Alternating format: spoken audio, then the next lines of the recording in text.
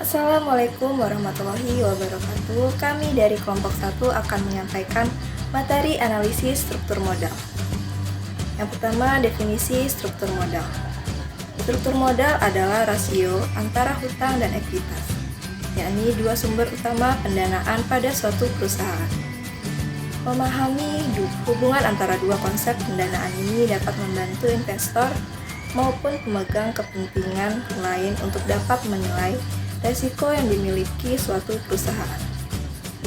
Struktur modal adalah rasio seimbang antara hutang dan ekuitas.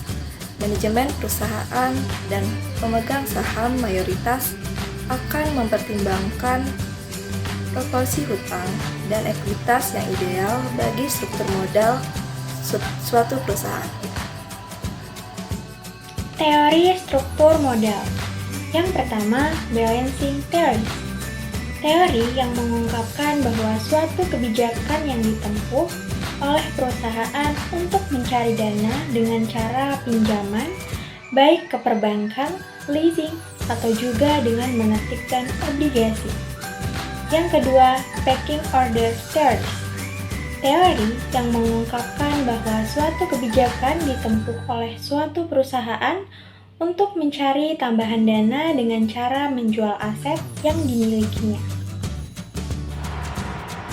Balancing theories dan pecking order theory. 1. Kondisi diterapkan balancing theories. Adapun di mana kondisi balancing theories layak untuk diterapkan adalah: yang pertama, kondisi perekonomian cenderung dalam keadaan stabil.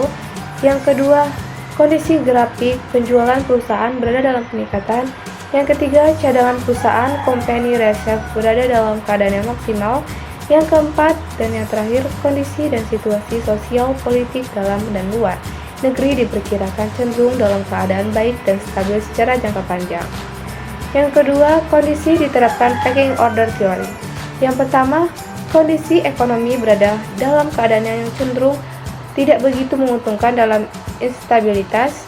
Yang kedua, aset perusahaan berada dalam keadaan yang cukup untuk dijual dan penjualan itu tidak mengetahui kondisi keuangan perusahaan secara jangka pendek. Yang ketiga adalah perusahaan menjual dan menerbitkan right issue.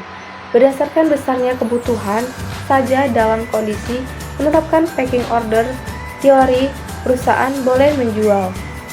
Yang keempat, obligasi dan saham, dalam artian obligasi dan saham dalam jumlah nominal. Yang kelima dan yang terakhir, yang realistis dan feasible, layak secara ukuran keuangan. Fungsi struktur modal. Yang pertama, memaksimalkan pengembangan. Fungsi yang pertama dari struktur modal adalah dapat memaksimalkan pengembangan. Hal ini bisa meningkatkan laba saham perusahaan. Yang kedua, fleksibilitas. Fungsi selanjutnya dari struktur modal adalah dapat memberikan ekspansi hutang yang lebih dinamis. Yang ketiga, solvabilitas. Likuiditas perusahaan dapat terjaga baik dengan adanya struktur modal yang baik juga. Yang keempat, meningkatkan nilai perusahaan. Para investor mampu mencari perusahaan dengan mudah karena memiliki struktur modal yang baik. Yang kelima, mengurangi terjadinya resiko keuangan. Dengan struktur modal, perusahaan bisa terhindar dari krisis keuangan yang membuat bisnis merugi hingga mengalami bangkrut. Baiklah, itu saja yang dapat saya sampaikan. Semoga presentasi ini dapat membantu Anda untuk memahami materi analisis struktur modal. Atas perhatiannya, saya ucapkan terima kasih.